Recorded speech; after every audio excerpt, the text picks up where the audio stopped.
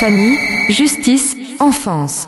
Bonjour et bienvenue sur RLP dans cette nouvelle émission de Famille, Justice, Enfance avec trois invités exceptionnels aujourd'hui. L'actualité dont nous vous parlerons un tout petit peu après, mais pas trop, mais un peu quand même, fait que nous avons devant nous Hélène Lombard, Stéphane Brivadi et Patrick Lekens du collectif Action Vérité et Hélène Lombard du site Délivrer nos enfants. Honneur aux dames. Hélène, bonjour, ça va ? Bonjour, merci Stéphane de nous recevoir. Eh bien, merci de venir dans le studio, même si tu es venu pour des raisons d'urgence, mais au moins tu es là, donc on en profite. Voilà. Merci. Stéphane, tu es cofondateur du collectif Action Vérité avec Patrick. Bonjour. Bonjour, tout à fait. Voilà, tu es venu toi aussi pour soutenir, je suppose, notre amie Blandine. Patrick, bonjour. Bonjour. Bonjour. Donc on va évoquer assez rapidement cette semaine de ce qui est sûr, avéré et certain parce qu'on les connaît. Il y a la mort d'un enfant de 14 ans qui était pris en charge par l'aide sociale à l'enfance en Dordogne. On a entendu tout et n'importe quoi. Moi, ce que je peux vous dire, c'est que pour suivre l'affaire de manière très précise depuis un certain temps, j'ai tous les jugements sur mon ordinateur, je connais la maman, j'ai suivi les événements de cette semaine. Il va falloir qu'on trouve une solution pour qu'on arrête de venir nous enlever nos enfants sur des présomptions et des soupçons et par des gens où on ne sait pas trop comment ça se passe pour ensuite les retrouver pendus. On n'en dira pas plus. Blandine, on t'embrasse très fort. On pense à tout le collectif SAPA et on pense à toutes les personnes qui sont là. Vous voulez rajouter quelque chose ou on a fait le tour ? Oui, j'espère qu'on va pouvoir agir pour la vérité et qu'elle soit su de tous, parce que il faut que les gens ne croient pas dans les articles de presse qui sont sortis. Alors, ils sont mensongers. Alors là, on va pas se traiter de complotiste, mais on va quand même dire ce qu'on s'est dit juste en off, avant, qui est une vérité bien établie. Quand on connaît un fait divers, qu'on a assisté à un fait divers et à un événement, qu'on en voit ensuite la retranscription dans les journaux, on se rend compte qu'il y a tellement d'automatisation, de travail un peu approximatif, qu'il n'y a jamais d'exactitude à 100%. Voilà, il y en a qui ont dit que le corps avait été remis à la famille. Non, le corps n'a jamais été remis à la famille. Que la famille habitait à Sarlat. Oui, ce n'est jamais. Pas vrai. Voilà, donc là, ce n'est pas du complotisme. Quand on vous dit vérifier, c'est factuel, c'est absolument factuel. Ce que vous avez par la presse généraliste, qui sont en fait des gens qui vont raconter ce qu'ils ont entendu et du pareil qu'eux, il y a forcément une distorsion et il faut en être conscient. Et c'est malheureux à dire, mais c'est presque un bon exercice, voilà, de le voir concrètement. Oui, puis les journaux, ils sont comme beaucoup dans l'urgence. Alors qu'autrefois, on prenait le temps de vérifier. Enfin, il y a 50 ans, 70 ans. Aujourd'hui, ils vérifient pas. Il faut que ça sorte. Il faut qu'ils soient le premier à sortir quelque chose. Donc, ils écrivent n'importe quoi. Une rédaction, on en a eu ici. On a 4 employés. Donc, on sait très bien comment ça fonctionne. Voilà. On a des dépêches qui nous arrivent. On a des communiqués de la préfecture qui nous arrivent. On peut pas non plus, nous, envoyer quelqu'un. Aujourd'hui, en tout cas, Radio Laurent Périgord ne peut pas envoyer quelqu'un sur place pour faire une enquête personnalisée. Il se trouve que par mon émission, je connais les protagonistes, donc je peux dire qu'effectivement, la retranscription est approximative. Elle est encore à venir, visiblement. Oui. Voilà. Ça, c'est sûr. Je vais rebondir sur l'émission qu'on a faite il y a 2 ou 3 semaines sur comment accepter l'inacceptable avec notre psychologue de Grenoble. Et le point qu'on n'avait pas abordé à l'époque, c'était sur le moment, il faut péter un plomb, il faut que ça sorte, il faut laisser sortir. Le processus d'acceptation, c'est plus tard. Voilà, ça on l'a vu avec des psychologues, c'est comme ça qu'il faut que ça se passe. Bon, on va repartir maintenant sur le fond, de manière générale. Stéphane, Patrick, qu'est-ce que c'est que ce collectif Action Vérité ? Qu'est-ce que c'est ? Qu'est-ce qui se passe ? D'où ça vient ? Dis-nous tout, là, vas-y. Alors, le collectif Action Vérité a été créé en 2018, donc en octobre 2018. Ah, comme équité parentale. C'est pour ça que... En fait, à l'époque, je parlais beaucoup aussi avec certaines personnes qui font partie de l'équité parentale aujourd'hui. À savoir, comme on le fait tous, on découvre, on est victime, on ne sait plus comment faire, et puis à un moment donné, on décide de faire autrement, et puis c'est ce qu'on a fait, d'ailleurs, qu'on a créé ce collectif, de façon à pouvoir aider à accompagner ou assister les parents dans leur démarche auprès des juges pour enfants, auprès des travailleurs sociaux, auprès des départements s'il le faut. Donc c'est un rassemblement en fait de personnes, c'est du soutien. C'est surtout un rassemblement de personnes, c'est pas tout à fait le mot, c'est-à-dire que le collectif est doté de personnes qui travaillent dans différentes institutions, comme par exemple aux impôts, juste pour pas les citer, ou à la sécurité sociale.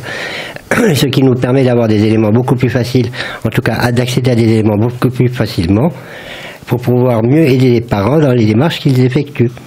Et surtout de notre côté aussi, comme au tout début on s'est fait beaucoup avoir, de vérifier la véracité des propos que les parents nous donnent dans leurs dossiers, parce qu'on s'est déjà fait avoir sur des dossiers où on a défendu des parents dangereux. C'est pour ça que moi, quand je parle d'un dossier ici, je demande les pièces avant et je vérifie tout. C'est tellement important. Parce que sur l'émotion et de la même manière pour nos dossiers personnels, on demande toujours à quelqu'un de les relire pour avoir un deuxième avis, parce que des fois on est tellement saisi par ce qu'on y lit qu'il faut plusieurs regards, il faut vérifier. Voilà. Il faut vérifier les siens et ceux des autres, c'est indispensable. Ah mais c'est très important, d'autant plus que nous, au tout début, on a pris pour argent comptant certains dossiers, on s'est laissé avoir très sensibilisé en tout cas par certaines situations, parce que tant que ça touche les enfants, forcément, c'est émotionnel. C'est très compliqué de refuser d'aider. Et c'est justement les deux premières situations qu'on a suivies où on s'est retrouvé à être mis en garde à vue, et nous on pensait bien faire, et puis à l'arrivée on avait tort. Donc, mais par contre les conséquences que ça a eu pour le collectif, c'est que à partir du moment où on a été mis en garde à vue, on est fiché. On passe par toute une série d'étapes, relevé d'empreintes et tout ce qui va avec, ADN et tout. Mais surtout qu'on est fiché. Ça veut dire qu'après, dans les bonnes situations où on a défendu parents vraiment qui méritaient d'être défendus et où les dossiers nous permettaient de dire qu'en tout cas, il y avait matière à permettre le retour des enfants, et ben après, on était toujours jugés de la même façon. La police ou la gendarmerie, quand ils nous interpellaient, ils nous regardaient autrement. Ils ne voulaient pas nous accorder la moindre, on va dire, la moindre crédibilité ou autre. Et ça a été très compliqué, très très compliqué. C'est pour ça qu'après... Est-ce que ça a changé en 7-8 ans? Est-ce que vous avez... ça a beaucoup changé, non seulement changé, mais évolué. Oui. Parce qu'en fait, on est parti sur un accompagnement beaucoup plus, on va dire, pertinent, dans le sens où on allait à la recherche d'informations, mais on était de plus en plus de membres dans le collectif à aider, à être bénévoles. Parfois, il y a des situations où on a besoin d'avoir plus d'informations, comme par exemple pour certaines mamans, qui sont très affectés par des enfants qui ont des handicaps lourds. Et c'est pas facile d'accompagner les parents qui ont des enfants qui ont un handicap lourd, mais surtout qui sont pris en charge par la protection de l'enfance. C'est pas le même accompagnement qu'avec un autre, vous voyez? Absolument. Et on va rappeler aux gens qu'aujourd'hui, avoir un enfant handicapé, ce n'est pas comme il y a quelques dizaines d'années. Avoir un enfant handicapé, c'est voir arriver les services sociaux, et il y a beaucoup de placements uniquement parce que les enfants sont handicapés. Et on va dire, pour soulager les parents, pour aider les parents. Et donc, le traitement du handicap, en fait, aboutit à des placements et des séparations de liens parentaux entre certains parents et certains enfants handicapés. Je vois Stéphane, peut-être, il veut intervenir sur ça. Je vois qu'il acquiesce de la tête. Juste rajouter un petit truc au problème de l'enfant qui a un fort handicap. C'est vrai. L'essentiel au départ, c'est d'aider le parent. Oui. Mais surtout, là où c'est difficile, c'est quand le parent n'arrive pas à comprendre qu'il n'est pas en capacité d'aider lui-même son enfant, parce que ça demande beaucoup trop de prise en charge, de déplacement. Moi, je connais une maman qui s'appelle Cœur Rebelle, d'ailleurs. C'était 1200 rendez-vous qu'elle a eu dans l'année. Ça a ramené à presque 3 rendez-vous par jour. Un peu plus de 4. Oui. Ouais, non, mais si on compte les jours fériés, c'est énorme, c'est énorme. C'est énorme. Absolument énorme. Mais là, il faut le médicaliser, l'enfant.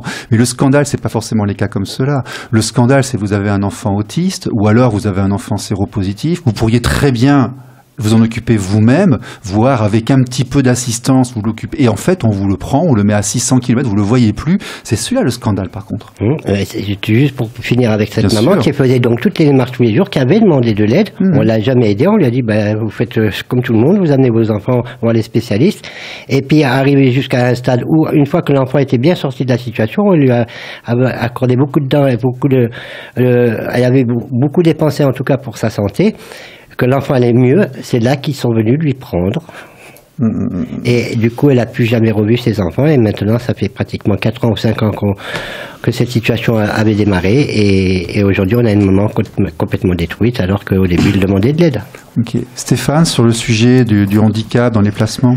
Alors sur le sujet du handicap, justement, on a pu s'apercevoir que depuis plusieurs années, on avait plus davantage de tendance à placer des enfants qui étaient autistes. Oui. Beaucoup. J'ai des retours sur ça. Voilà. Oui. Et beaucoup d'enfants qui sont placés, maintenant, on leur trouve des troubles de l'attention, des TDAH. Oui. Et c'est en recrudescence. Bon, derrière tout ça, on a pu mener des petites enquêtes et des petites analyses qui nous ont amené à certaines conclusions. On va dire, vu les traitements qu'ils font aux enfants, on se pose des questions si c'est vraiment dans l'intérêt de l'enfant ou directement dans l'intérêt de leur portefeuille. Alors ça, c'est un vrai débat. Sans aller jusqu'au portefeuille, il y a une perversion de la société. Il y a une surmédication de l'enfance dans l'Occident. Enfin, moi, je le répète tout le temps, mais vous le savez peut-être pas vous forcément ici, mais j'ai vécu en Asie, et ils sont pas en train de shooter leurs gamins dès qu'ils crient un peu ou qu'ils ont besoin de courir, quoi. Alors que quand j'étais gamin, on m'envoyait au terrain de foot ou dans les bois, et ça, le soir, je dormais bien. Voilà, c'était beaucoup mieux. On ne donnait pas du médicament comme ça. Ça vient d'Amérique du Nord, et effectivement, et ces surmédications, des fois, révèle et crée des troubles de l'attention et du comportement. Alors, Hélène Lombard, toi, tu t'es lancée en quelle année à peu près? Moi, j'ai créé l'association Rendez-nous-nos-enfants.org, dont le site actuellement n'est plus visible parce que j'ai des difficultés avec ça. Je suis pas très doué en informatique. Je l'ai créé suite au placement de mon propre fils. J'ai créé l'association en janvier 2013. D'accord. On m'avait pris mon fils. C'est l'aîné. Nous avons l'aîné ce soir. C'est toi.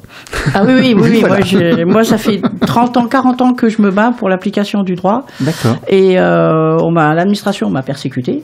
Et le vol de mon fils est issu du fait que j'ai inscrit en faux, par 177 inscriptions de faux, les traités de l'Union européenne. Et j'ai démontré que l'Union européenne n'avait aucune valeur juridique. Donc pour me punir, on m'a volé mon fils le 23 septembre 2009. Et en 15 ans, je l'ai vu 8 heures. Maintenant, il est majeur depuis juillet dernier et il refuse de me voir parce que, vraisemblablement, moi, c'est pas passé comme ça. Hein, je vous le dis depuis 8 mois, mais en 8 mois, je suis passé quand même en plusieurs étapes. Hélène Lombard, réputation nationale, il y a un petit caractère. Voilà. Et donc, on me dit qu'il faut attendre. Bon, j'attends. J'attends que. Oui. Mais en attendant. Ils nous disent tous qu'il faut attendre, mais après, ils sont grands, hein, les petits. Après, ils sont retraités. Après, on n'est plus là. Voilà. Et on peut pas transmettre notre savoir, etc. Par rapport au handicap, oui. J'aimerais me permettre de dire un truc, c'est que là-dessus, il y a un truc extraordinaire. C'est-à-dire que l'administration refuse de reconnaître le handicap de l'enfant, refuse de donner les allocations aux parents, mais par contre, une fois que l'enfant est placé, tout d'un coup, il est handicapé et le département profite des allocations. C'est quand même merveilleux. C'est-à-dire que le problème médical devient tranquillement social et tombe dans le giron de l'article 375 du Code civil, santé, moralité, et je sais plus quoi, ridicule, et comme par hasard, les sociaux ils se rendent compte que l'enfant est handicapé et que le département doit pouvoir bénéficier de l'AEH, de l'allocation, des allocations familiales, etc.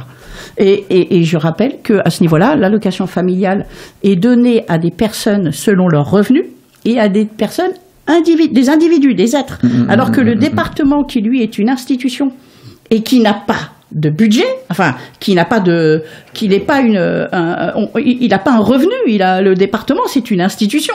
C'est une personne morale. C'est une personne morale. Donc il n'a pas le droit de s'attribuer les allocations familiales. Le vol d'enfants est le truc le plus dingue.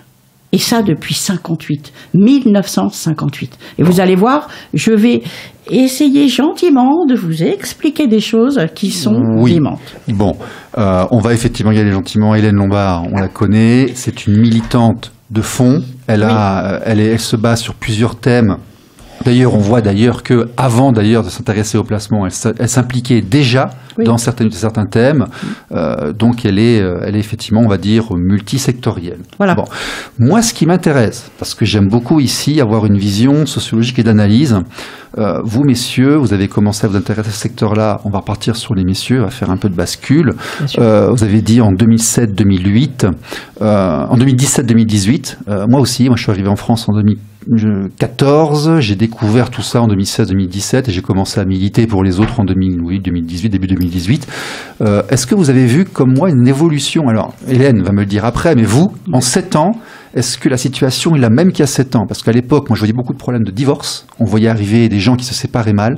Et après, quelques années plus tard, on a vu arriver des gens qui voyaient plus leurs enfants. Vous avez fait la même constatation, vous aussi? Tout à fait. Et ça empire de mois en mois. C'est pas pour rien qu'il y a tellement de parents qui sont en colère maintenant, qui dénoncent leur cas personnel sur les réseaux sociaux. On est monté en chiffres au niveau des féminicides, des infanticides. Tout ça, c'était lié à la période du Covid où malheureusement des personnes vivaient ensemble et n'arrivaient plus à se supporter. Ils étaient contraints à vivre ensemble. Et malheureusement, ça a continué. À côté de ça, nous, on a pu constater que, au niveau des décisions de justice, il n'y avait absolument plus de contradictoire au niveau des tribunaux.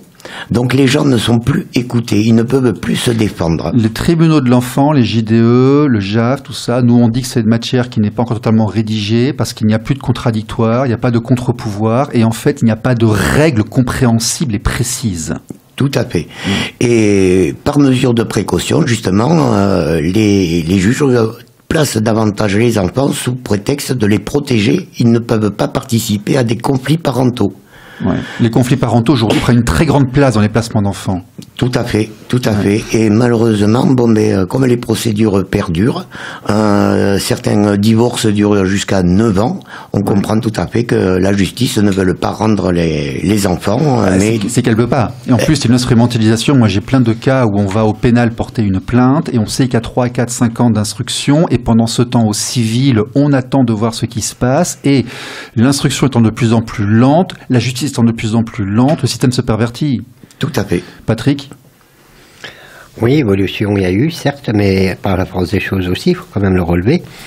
Il y a 10 ans en arrière, pour rester dans les dates posées tout à l'heure, effectivement, on avait des placements avec des manquements, certes, mais les parents avaient des droits. Si je reprends ma situation, moi j'ai démarré avec des droits. D'accord. Ma fille a été placée à tort parce que je n'avais rien contre moi, en tout cas rien de possible et d'imaginable pour me trouver un quelconque défaut, autant sur la parentalité, autant sur la sécurité, autant sur la moralité et autres.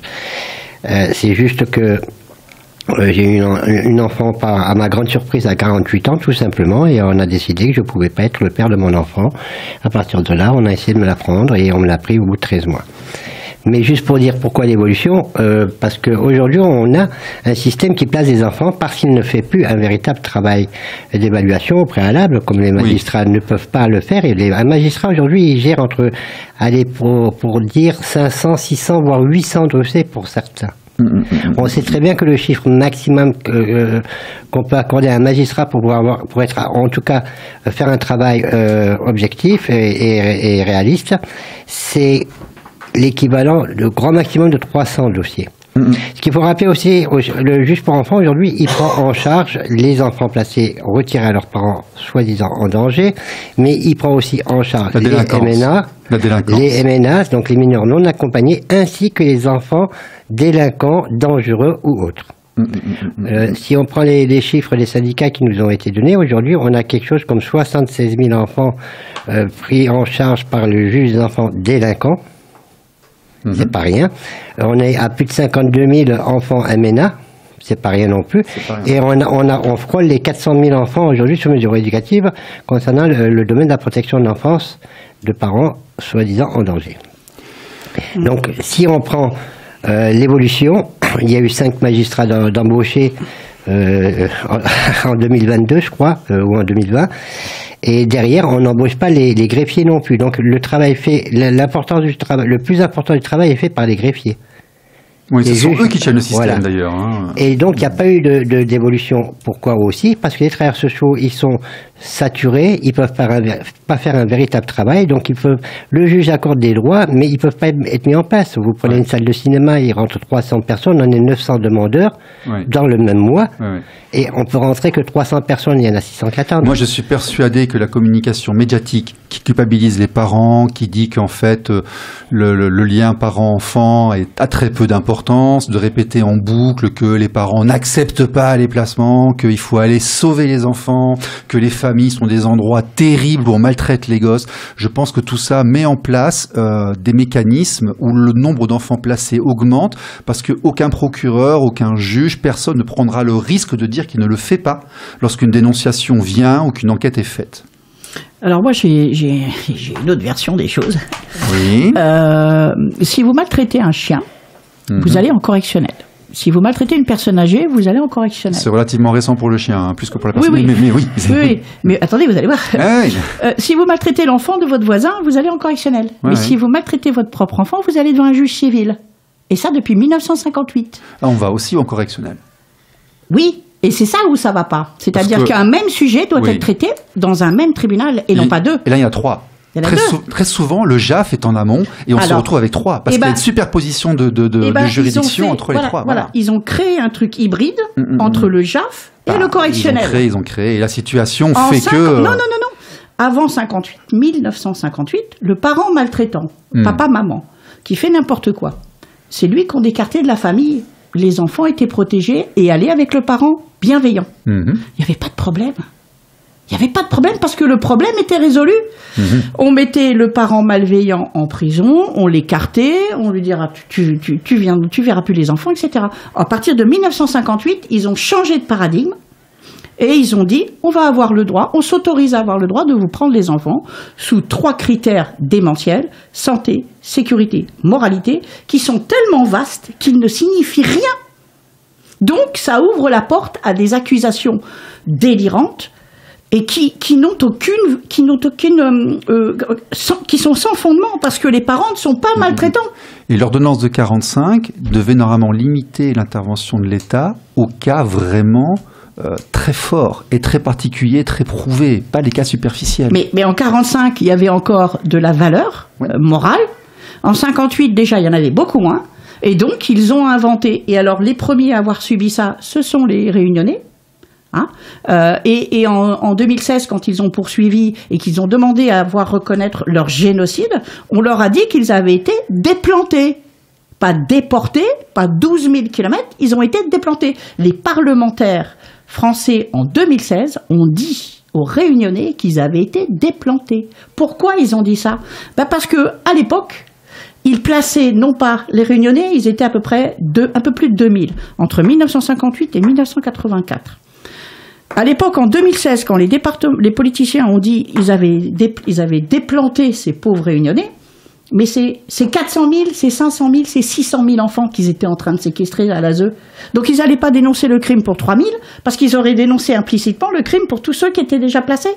Pourquoi ? Mais parce que dans l'argumentaire que je viens de faire avec le chien, là, je voudrais en conclure les faits. Vas-y, parce qu'il reste 5 minutes. Ça veut dire que le chien voit actuellement, depuis 1958, ses droits mieux respectés que l'enfant. De plus, ça veut dire que le parent maltraitant, lui, il n'est pas puni, puisque c'est l'enfant qu'on arrache à sa famille, à ses frères et sœurs, à son environnement, à son chien, à ses copains, à son école, à sa vie. On le déporte. Et le parent, lui, s'il est maltraitant, hypothèse numéro 1, il est maltraitant. On lui enlève l'enfant qu'il ne peut pas supporter et qui tabasse. Il n'est pas puni, le maltraitant. C'est ça l'hérésie. C'est qu'en droit français, depuis 1958, le droit français est violé, puisque en droit français, on ne peut pas punir la victime. C'est pourtant ce que l'on fait en prenant l'enfant. Donc il faut revenir, c'est très simple. Moi je dis aux policiers et aux gendarmes, arrêtez d'obéir à l'ordre du procureur, puisque la maltraitance pour tout le monde c'est du pénal, et que c'est à vous, policiers et gendarmes, d'arrêter les parents, de faire une enquête, de vérifier les propos de l'ASE, et les enfants, on les place chez les grands-parents, chez le cousin, la cousine, le temps de l'enquête. Et là, on va découvrir que tous les procès qui sont faits par l'ASE sont des faux en écriture majeure qui génèrent des transferts forcés d'enfants de masse avec des quantités d'enfants colossales. Alors, on n'a pas forcément dans l'association et dans les interviews que j'ai la même grille de lecture que toi. Par contre, on te rejoint sur un grand nombre de points. C'est-à-dire que le droit de l'enfant est régulièrement absent des affaires qui nous proviennent, on n'en prend pas en compte. Nous, on estime et que la CIDE, le traité de Washington et autres le disent, qu'un enfant, l'accès à ses parents est un droit, que pour l'enlever, il faut vraiment des motifs sévères. Je vois régulièrement des affaires qui passent au pénal ici où on fait des séparations entre le parent et l'enfant, y compris des mamans qui allaitent, le temps qu'on vérifie ceci ou cela. Donc le droit de l'enfant, effectivement, n'est pas respecté et il n'y a plus ce paradigme du point de vue de l'enfant et on sous-estime l'importance du lien entre le parent et l'enfant. Ça, effectivement, je le rejoins. Par un cheminement différent, mais effectivement, je le rejoins totalement. On est obligé d'avancer un peu. Ce que j'aimerais, c'est que on est tous d'accord ici. On voudrait tous que le monde aille mieux. On sait tous que ça va pas bien. Il y a une commission des affaires sociales là qui vient de publier son rapport, là au nom de la commission d'enquête sur les manquements des politiques publiques de protection de l'enfance, qui a été dirigée par Madame Laure Miller avec la rapporteuse Madame Isabelle Santiago. Rien que le sommaire. Allez, on va changer un garçon. Est-ce que l'un d'entre vous veut lire un petit peu rien que le sommaire de ce rapport? Patrick, peut-être, ou Stéphane? Alors, attends, ouais. Le titre, c'est quoi, alors, juste au-dessus? Construction du droit de la protection de l'enfance d'un système caritatif à la législation étoffée, mais largement inapproprié. Inappliqué. Un système issu de la charité. Bon, alors ça, c'est toute l'historique... Oui, alors, 2007. Ce qui est intéressant dans ce rapport qui est disponible sur le site de l'Assemblée nationale, une politique publique en situation d'échec, une législation qui demeure légèrement inappliquée. Des chiffres extrêmement préoccupants, des répercussions graves pour les enfants et la société dans son ensemble. Moi, j'invente rien, c'est sur le site de l'Assemblée nationale. Deuxième partie, une gouvernance défaillante, faute d'implication de l'État. C'est un peu la fête du slip. Là, tout le monde fait ce qu'il veut. Il n'y a pas de règles qu'on comprend à l'avance. Une multiplicité d'acteurs impliqués dans la politique publique de protection de l'enfance. Il y a plein de gens. Il y a quand même 9 milliards d'euros par an, donc il y a des gens qui mangent aussi, très clairement. Et 80% des signalements sont faits par l'éducation nationale. Eh bien, ça, il faut le savoir. Moi, j'arrête pas de le dire. Si vous vous fâchez qu'une instit ou une vous êtes en danger.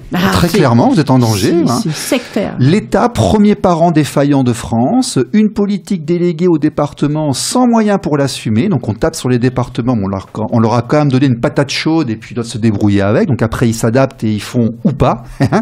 Une implication inégale des départements, une politique publique qui avance à l'aveugle, faute de données. On n'a aucun chiffre, on a informatisé nos prisons, on a informatisé nos écoles, on n'est pas capable de savoir combien d'enfants on perd chaque année dans ce pays, on ne sait pas combien d'enfants sont placés, on n'a pas les chiffres.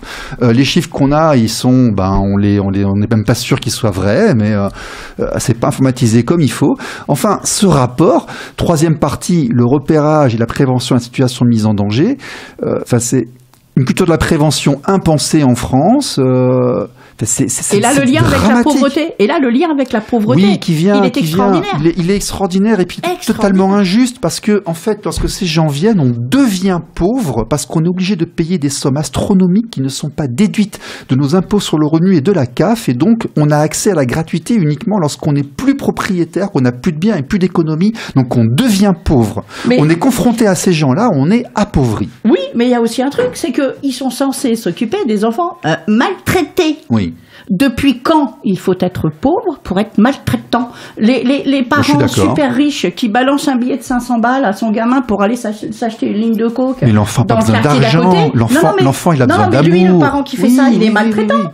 Mais lui, on n'ira pas le voir. Et c'est ce qui était mis dans le rapport de la Cour des comptes d'octobre 2009. Il nous reste 30 secondes. Déjà? Oui. Patrick, si tu avais une proposition tout de suite à faire, demain, t'es ministre, tu fais quoi en 20 secondes? Je sauve la protection de l'enfance. Tu fais comment? Je lui redonne ses lettres de noblesse. Tu recrées le ministère des Affaires sociales? Non, je fais une refonte totale de la protection de l'enfance et je fais en sorte que ça soit plus la justice qui s'occupe de trancher si un enfant est en danger ou pas. On déjudiciarise tout ce qu'on peut. Ah, tout à fait. Oui, Stéphane est d'accord. Hélène est d'accord aussi. On rend les enfants. Moi, si j'étais au gouvernement, je dis, vous n'avez plus de budget, Vous rendez les enfants immédiatement. Et puis on utilise... Parce que c'est du génocide. Article 211.1 du Code pénal. Ok. Messieurs, dames, merci à tous. À la semaine prochaine. Court. Au revoir. RLP. Radio libre en Périgord. Famille, justice, enfance.